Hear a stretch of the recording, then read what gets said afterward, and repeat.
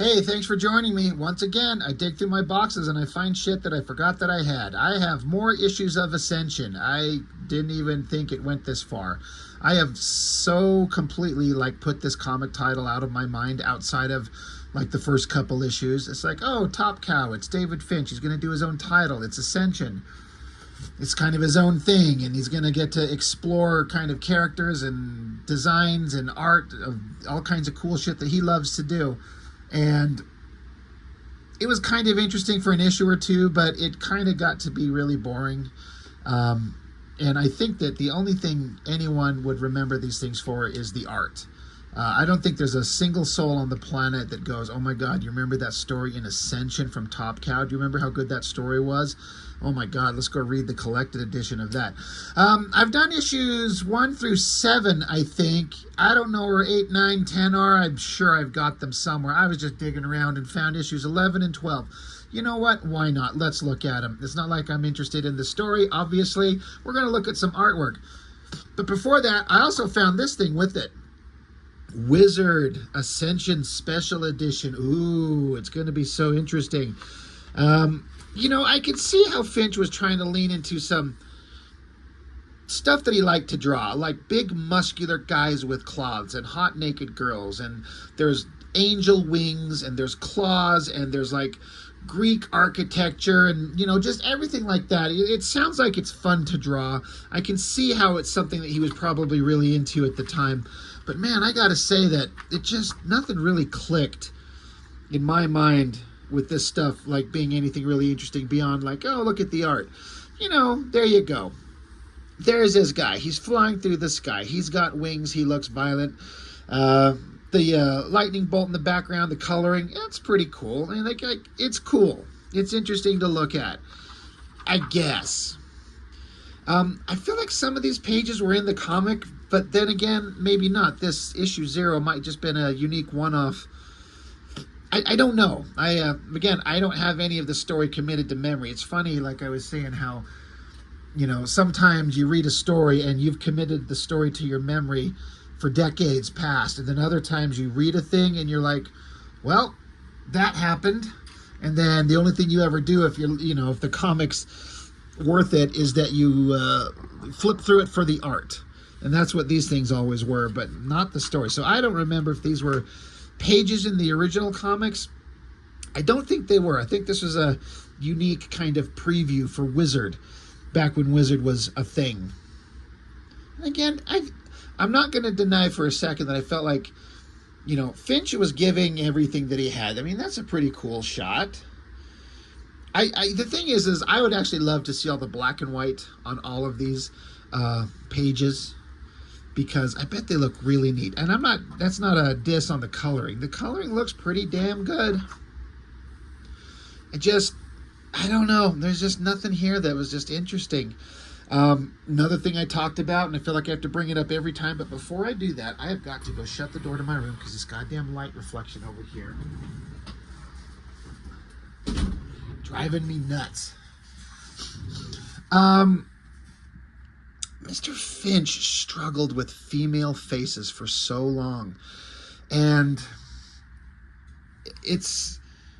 this isn't the worst version of anything he's done, but he always had this thing with these straight, angular noses and this very pointy chins.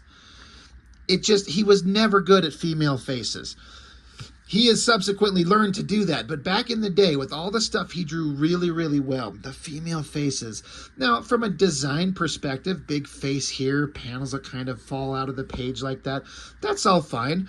The Jeep here is kind of neat, and the kind of, if you can see the line work of the trees in the background, the coloring filling it in, there's a design sense going on. There's thought going into it, for sure, as far as trying to make a interesting image, but yeah, nothing that just captures my imagination. Again, his female faces are just rough. That's a pretty good Jeep. I mean, he's obviously referencing it, and he puts in the time on the detail, for sure. He's especially been really, really good at backgrounds. The building, the trees, the interiors of the stuff. It's just something that he always got. He always was really good at that. Um, God, these vertical spreads, we got to flip them over. Again, he's just drawing hot blonde girl and redheaded guy with wings and bad guys with weird skin color. And then there's this kid character. Look, the face is so distorted and weird. It's not that she's some weird alien bug creature. It's just that he can't draw that very well. It's just so rough. Coloring looks great. You know, as a double page spread, that's kind of fun. No big deal. Oh, and here's a bad guy. Again, the things that Finch likes to do. He likes heavy lighting. He likes monstrous wings or angel wings. And he likes to put in the details on the costumes and stuff. He never shied away from that. These, you know, is like a religious figure, got the cross, and there's lots of little details on there. The designs on this cloak that he's wearing, these wrinkly monster hands, and then this sword. There's like intricate details going on in that thing that's really good. Like, he puts in the time. I feel like he really cared, and that it shows. It's just unfortunate when you care so much about the artwork, but the story just is boring.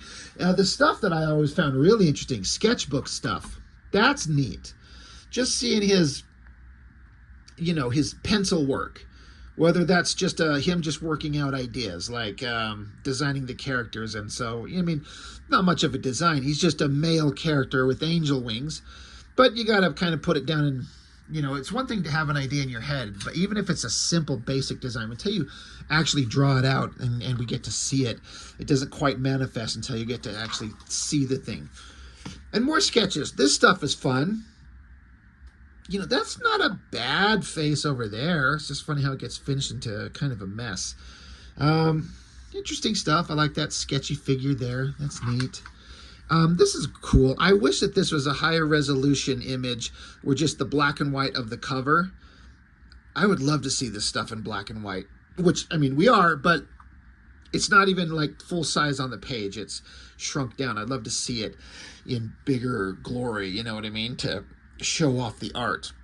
But that's really good, you know? It's dynamic and it's gothic and it's badass and it's sexy and it's cool. It's all there. It's all kind of fun.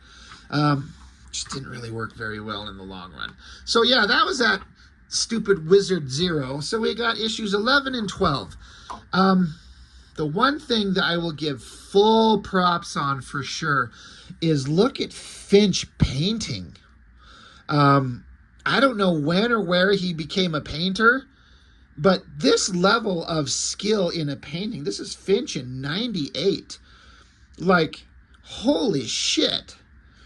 This is like a whole other level. This is just like, how did you get to be this good with painting and color? Like most artists, you know, they're a comic penciler and you kind of train yourself in to kind of be good at one particular thing, like comic art. So you're doing illustration, you're doing figures and backgrounds and storytelling and all that type of stuff. But then to go off and also be able to be this proficient and skilled at painting, I'm assuming acrylics. I don't know. Please let me know if I got that wrong. But I've seen several of these Finch paintings and you're just like, holy shit, is that good? That right there might be the best cover on any of these damn things. It's got kind of a, it's got a Frazetta feel to it.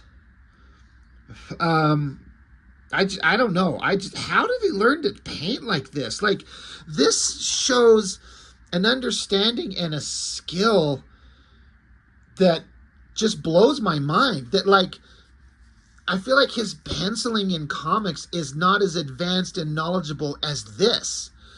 To get this shield, the little glint highlights on, all the intricate detail around the edge, those heads stuck on the pikes in the background. I mean, when did this happen? Or am I missing something? I mean, it's just his name on there, right? It's just fantastic. What an amazing piece of artwork. The best thing you're going to see in this entire video is the cover right there. So yeah, Ascension number 12, or rather 11. No surprise, I'm not going to talk to you about the story, not one bit, because there's nothing interesting. David Finch and Clarence Lang on pencils. And then inks, Victor Lamas, Jonathan Sabal, Marlo Alquiza.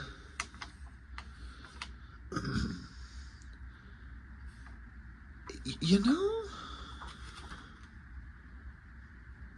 it says cover David Finch and Mark Silvestri. So I wonder if there's like two covers, because there's nothing Silvestri about this. I was like, did Silvestri draw it and Finch painted it? But I mean, I'm looking at it trying to see if it looks like a Silvestri like underdrawing. It doesn't look like that, and it doesn't have Silvestri anywhere. So I just wondered, maybe there was an alternate cover, like two covers.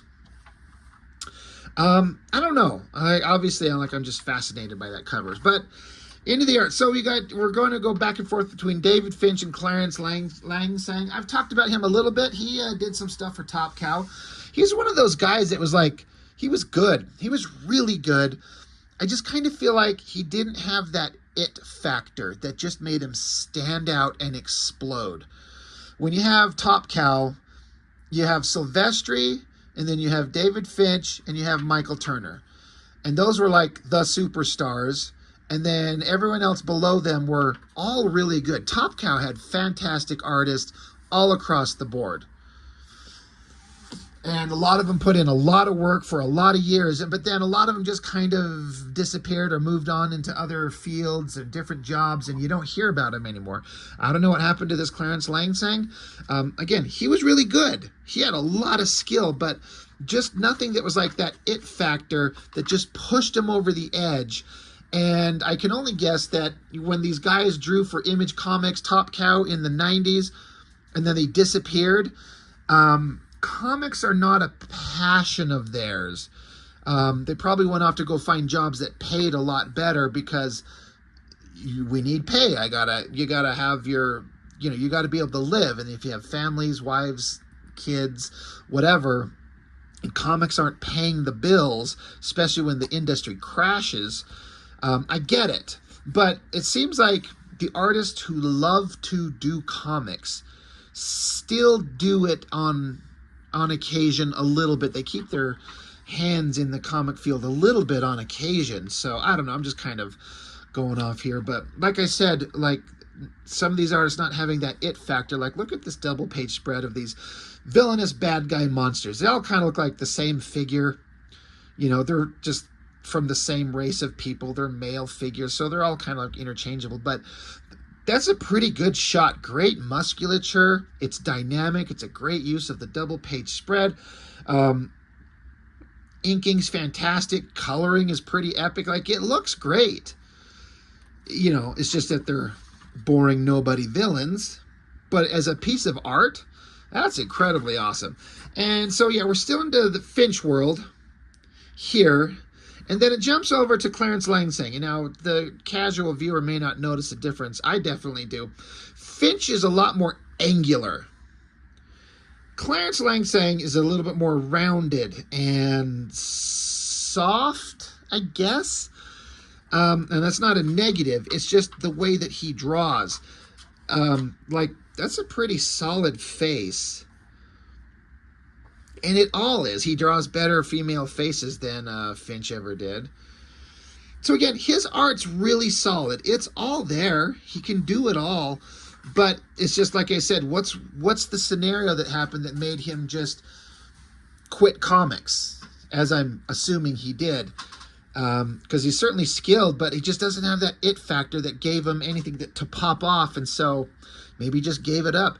We suddenly get back into another David Finch page, and this looks like something that he pissed together in 5 seconds. It may not show in the video through the lens, but this is some sketchy, fast-drawn line work. Like, he wanted to get through this shit fast. He did not care about this page, probably because there's going to be some big dynamic shot coming up here somewhere that he wanted to focus on. This is back to Clarence Lang again, you're going to take the opportunity to draw something awesome. So you got the big muscular figure here. I don't know if I agree in terms of layout. You got 2 panels up here and a big third panel here. And so you're trying to make it visually awesome. Now, this character's got big angel wings. So there's one there. He's also got another wing over here, but the wing is behind the border of the previous panels. But then he has his shoulder crossing into overlapping the panel. So it just kind of ruins the flow a little bit for me. I don't know. Other people may not have even noticed that, but it does stand out. I'm like, is he missing one wing? No, it's just that's behind the panel, but his shoulder's in front of the panel. A minor thing, but really good face, really good anatomy. I mean, Finch and Silvestri should be proud. I mean, it looks really good. More of him, Clarence's artwork over here. Lots of talking, lots of text, lots of thought-provoking, incredible story. And then suddenly we get a double-page spread. Got to flip it on its side. Whatever the hell this girl was. Some kind of angelic creature. This is another guesswork on my part. And again, you may not be able to tell. But I feel like this drawing is something that was significantly smaller and blown up to fit the entire double page spread, because the line work is some like sketchy, sloppy mess. I say that as compared to the level of line work that David Finch puts into his stuff on a normal basis. Like, this is like a rush job. This is a sketch job. I don't know what it is, but if you see the way those wings look and the way that Finch will draw wings, let's dig into this. Like, look at the wings here. Texture and form, shadows. Like, he puts in a lot of effort on these wings, but these sketchy-ass things just, by comparison, are terrible. So it feels to me like a small drawing that was been blown up to fill up the page. And it's full bleed, like the artwork's going right off the edge of the paper. So it looks kind of good, but it's also kind of, you know, thumbs down. It's just, I don't know. It's both interesting and well done, and also I kind of don't dig it. It's not great. There's something that Finch was interested in drawing, and hell yeah. I mean, there's not much in the way of backgrounds, but what you get is a hot girl surrounded by a giant snake lizard monster and a bowl of steaming piss. And you just get to draw her hot body and her huge tits and awesome tummy and abs and hips. That won't take much time, but he certainly put in, like, you can tell that he put in the effort on this drawing. Like, again, there's a lot of detail going on here on this one. Like, all the background detail elements. Like, I'm not trying to say, like, he didn't put in the effort on the details, but this just has the finer, sharper rendering that feels like he put in the time. I'm fairly certain that's Finch. I mean, I'm almost positive on it. The snake looks awesome. The girl's body looks fantastic. The shadows and everything. Like, you can tell he was interested in that drawing. And I am too. If I got to draw that, hot girl, snake monsters, done. And then he probably spent so much time on that. This splash page he took 5 seconds on, because that is just a scribbly-ass sketch that, again, to my eye, it feels small and then zoomed in, blown up to fill up the page. I mean, just look at the weird line work going on. In terms of like a sketch, it's fine. And if it was a smaller drawing, it would look fine. But that is like a far cry from a finished drawing when Finch is putting his heart and soul into it. So again, just guesswork on my part. That is something that was tiny and blown up. Back with Clarence Lang saying he's putting in the time. This is all fully rendered. Great folds on the clothes, bodies, anatomy, backgrounds. You know, he's trying to do some cool stylistic stuff like Finch does. Like, you're drawing this book, you got to try to maintain the same visual flair. And that's pretty good. He's doing pretty good. And then double page spread. Once again, it's both awesome, but it just doesn't carry the weight of some of the stuff that the other artists who become big names have. And I can't tell you why. That angle on that big face, again, if this is this is art on this, if this is drawn at full comic book size, each one of these pages, the original artwork would be on 11 by 17. So that's 22 inches wide, 17 inches tall. That's a big surface. So this face is a massive drawing, and that angle is hard to do, and he nailed it. The giant hand down here, and then you got the heroic guy and his stupid little wife beater, his wings, his claws. It all looks pretty damn good, but it doesn't quite have the flair that a Silvestri or a Finch or a Michael Turner would have. And I don't know what an artist could do any differently. It looks good, but it's just kind of, it's okay. I feel bad saying that because I feel like this guy really was putting everything into it. I remember these ads when the Top Cow guys kind of having fun with each other. It's Joe Benitez. And they're just like, it's the cheese, and then just a funny picture of the guy on a full double page spread in the comic. I bet these guys, I wonder if they like took the picture of him and then just threw it in the book and didn't tell him it was going to be in there, so they all had a good laugh after the fact. That shit's funny to me.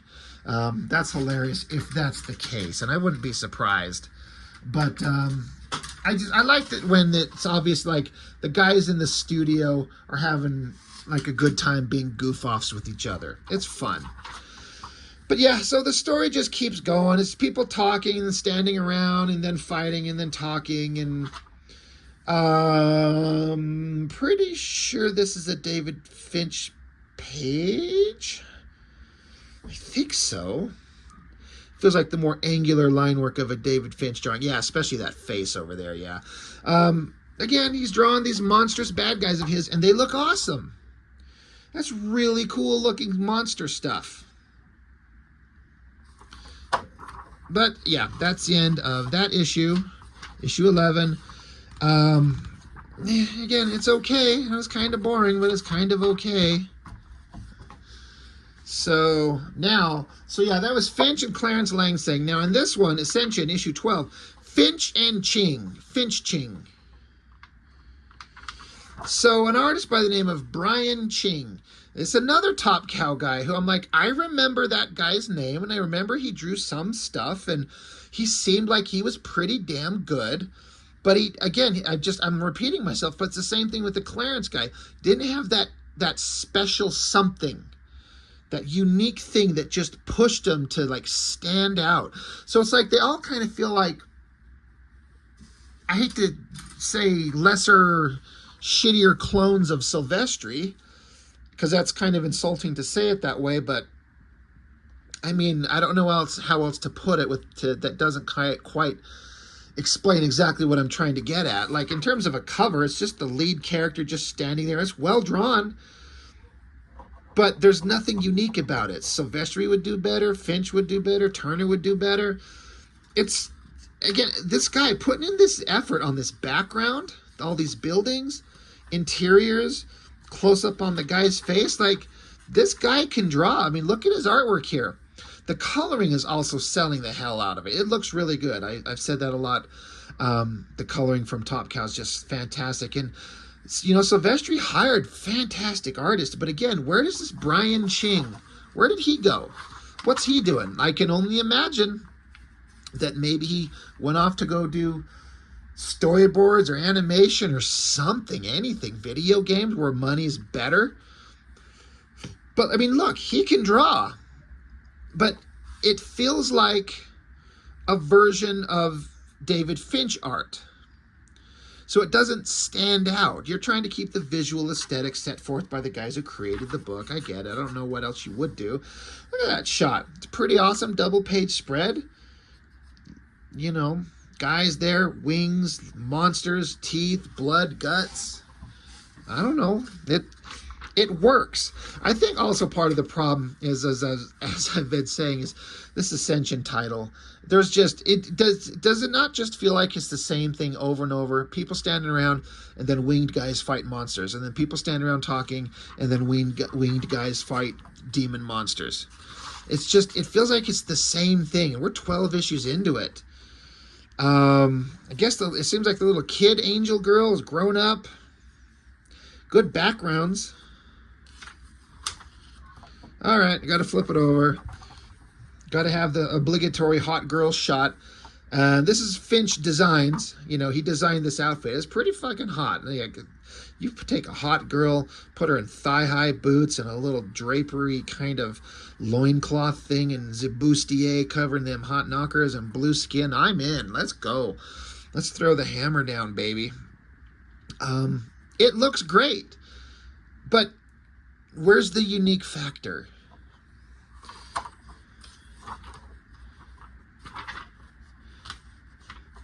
I kind of feel like there's some kind of, I don't know how I can explain this, like an incorporation of some Michael Turner design sense. They're really trying to do interesting things with the art. I don't know who this girl is, why she's sitting here wearing a dress or a tarp or whatever the fuck she is, that kind of flowing up out of the mist and the smoke, doing some artistic fun stuff with the giant headshot. I don't know why she doesn't have eyeballs. You know, putting in everything to make it visually interesting, but yep, they're still standing around, and then they talk and they fight and they shoot each other.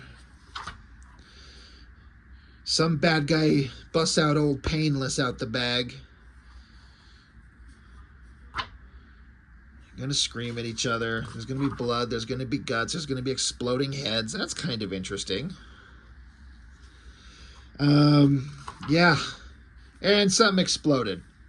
Well, do you think decapitation and an explosion are gonna stop this man from killing the world? Ascension number 13. Well, I was gonna say I'm not picking that up, but I might have, because at this time I was buying everything. I think about the amount of money I've spent on comics throughout my life. Jesus Christ. Anyway, you know, they were putting in the effort. It's just the concept wasn't executed in a way that's interesting. I'm sorry to say. But good Lord, is that cover amazing. That's incredible. I wonder what the original size is. I mean, I can't imagine that Finch did this on a 11 by 17 piece of canvas or something like that. I bet it's bigger than that. I'd love to see what the original looks like. Anyway, you know, that's it. Just revisiting Ascension a little bit more because, I mean, why not? Might as well. Got some comics here. Might as well look at them all. All this money I've spent on these books over the last 4 decades or whatever the hell it's been. Better get some kind of secondary gain out of it all. So that's all I've got for now. Thank you for watching. I'll see you next time.